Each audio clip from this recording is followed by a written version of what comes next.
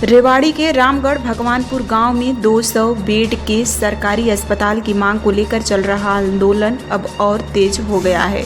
शुक्रवार को गुरुग्राम में रामगढ़ भगवानपुर अस्पताल बनाओ संघर्ष कमेटी की ओर से एक प्रेस कॉन्फ्रेंस की गई, जिसमें संयोजक अनिल कुमार ने सरकार पर वादा खिलाफी और पक्षपात के गंभीर आरोप लगाए।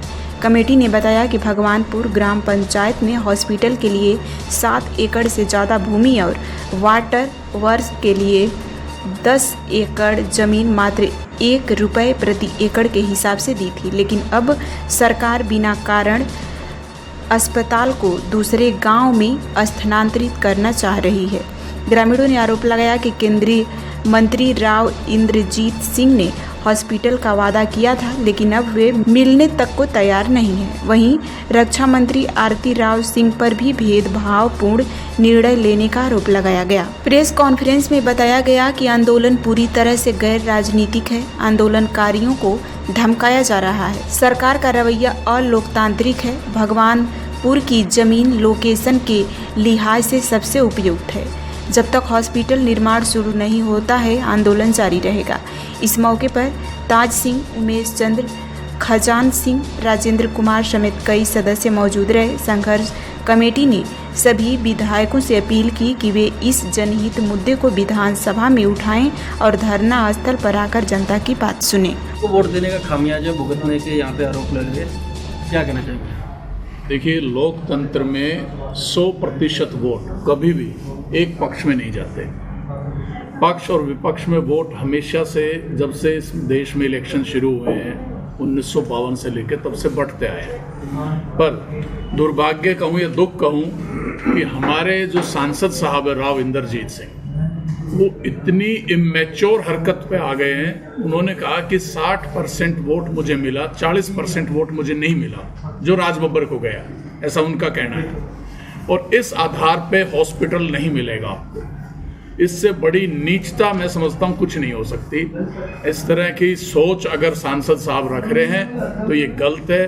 पर हाँ, ये भी ध्यान रहे उनको, हॉस्पिटल को लेकर आप बेशक से नज़रअंदाज कर दो, गई हुई पंचायत को आप बेशक से जलील कर दो। गुड़गांव में भी हॉस्पिटल नहीं बनाया, रेवाड़ी में भी नहीं है, महेंद्रगढ़ में भी नहीं है, जबकि आज तो राज्य सरकार में आपकी बेटी स्वास्थ्य मंत्री है। पर ध्यान रहे, चुनाव फिर आएंगे 5 साल में।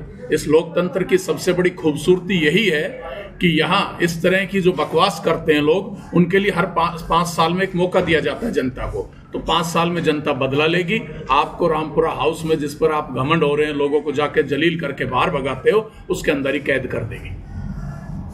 धक्के मार के निकाल दिया गया। और आप ये भी कह रहे हैं कि जैसे ही वहाँ से अपमान हुआ, उसके बाद राम मेहर जी उनका निधन हो गया, तो अभी तक आपने पुलिस एफआईआर क्यों नहीं करवाई उनकी? नहीं, उसमें 3-4 चीज़ों का आप इकट्ठा करके ना पुलिस कंप्लेंट उसमें बात है कि रामेर जी सदमे में थे, परंतु रामेर जी की जो डेथ हुई, डेथ का काज है हार्ट अटैक।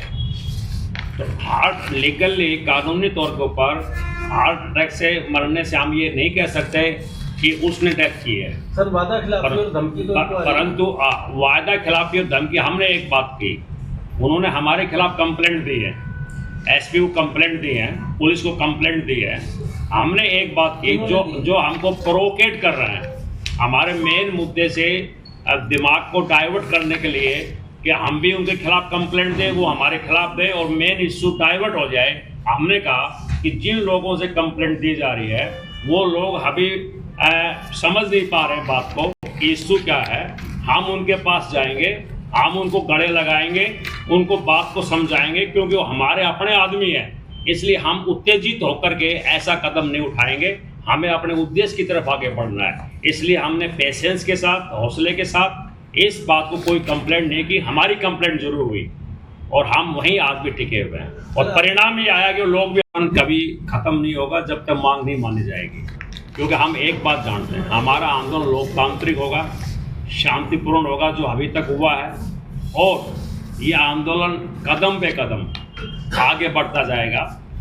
और ये बढ़ते बढ़ते जनता की ताकत जब तैयार हो जाएगी तो इस सरकार को बात माननी पड़ेगी। सरकार की ताकत जनता की ताकत से बड़ी नहीं हो सकती। सरकार की ताकत तब तक ही ज़्यादा है जब तक जनता अज्ञानता के दौर से गुजर रही है। तो आंदोलन का जो रूप आएगा, हम अनशन पर जाएंगे, क्रमिक अनशन पर जाएंगे, हम आंदोलन जारी रखेंगे, क्योंकि ये जायज़ हक है। यही हमारा कहना है।